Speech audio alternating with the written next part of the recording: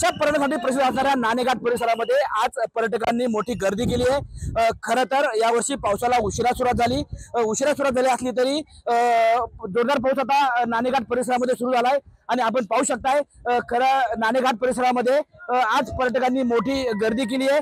वाहतूक कोंडी पण झालेली या ठिकाणी पाहायला मिळते।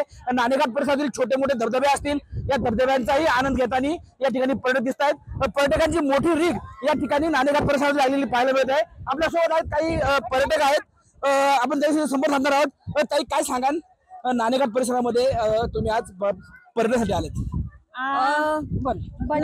आम्ही पुण्याहून भटकंती ग्रुप आहे आमचा पुण्यामध्ये। मी मीनाक्षी आणि विजयलक्ष्मी, आमची जवळपास 5वी-6वी नाणेघाट ट्रिप आहे। प्रत्येक आठवड्याला आम्ही 25 ते 50 लेडीज घेऊन येतो। गेल्या वर्षी आमच्या 8 बॅच झाल्या। नाणेघाट अजिबात रिस्की नाहीये, त्याच्यामुळे महिला मनसोक्त इथं आनंद पावसाचा वगैरे घेतात। त्याच्यामुळे नाणेघाट हा आमचा आवडता आहे। खरं तर यावर्षी पावसाला उशिरा सुरुवात झाली।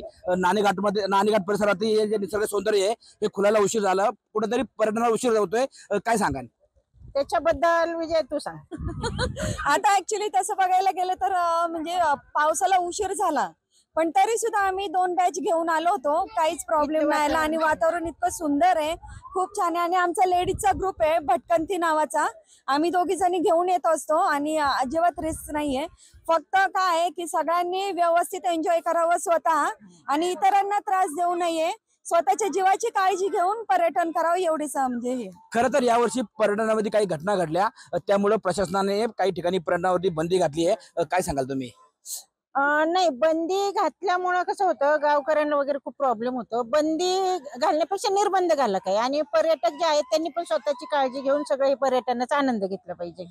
तुम्ही इथे नेहमी महिलांना घेऊन येता पर्यटनासाठी, तुम्ही काय काय काळजी घेता महिलांची आणि कशा पद्धतीने तुम्ही या पर्यटनाच्या ट्रिप ज्या आहेत तुम्ही आयोजित करत असता? ऍक्च्युली आम्ही 2घी जणी असतो, 2 गाईड, आम्हाला रोड माहिती आहे रिव्हर्स वॉटरफॉलचा, तरी आम्ही 2 गाईड घेतो। प्रत्येकाचे ग्रुप करतो आम्ही आणि प्रत्येक ग्रुप बरोबर एक गाईड असतो, म्हणजे 10 मेंबरचा किंवा 5 मेंबरचा असा ग्रुप करून आम्ही गाईड हे करतो। एक पुढे मीनाक्षी असते, पाठीमागे मी असते, त्यामुळं त्याप्रमाणे आम्ही व्यवस्थित काळजी घेऊनच करतो आम्ही। खरं तर वर्षा पर्यटनामध्ये अनेक अपघात घडत असतात, तुम्ही पर्यटनाच्या महिलांसाठी नेहमी तुम्ही हे दौरे आयोजित करत असतात। तुम्ही सांगितले की नाणेघाटाचा तुमचा हा दुसरा दौरा आहे, हे सर्व करत असताना ज्या इतर ठिकाणी अपघात घडतायत, तर तुम्ही महाराष्ट्रातील सर्व पर्यटकांना तुमच्या माध्यमातून काय सांगाल? आम्ही ऍक्च्युली आता हेच सांगण्याचा प्रयत्न करणार आहे की तुम्ही स्वतःच्या जीवाची काळजी घ्या आणि व्यवस्थित पर्यटन करा, की जेणेकरून नाही का स्वतःला त्रास होऊ नये, त्यांच्या बरोबर तुमच्या घरच्यांना त्रास होऊ नये आणि इतरांनाही म्हणजे नाही का त्रास होऊ नये। कारण आता हुल्लडबाजी तुम्ही बघताय मुलांची, त्यामुळे काय होतं, त्यांना त्रास होतोच आहे, म्हणजे बाकीच्यांना पण त्रास होतो त्याचा।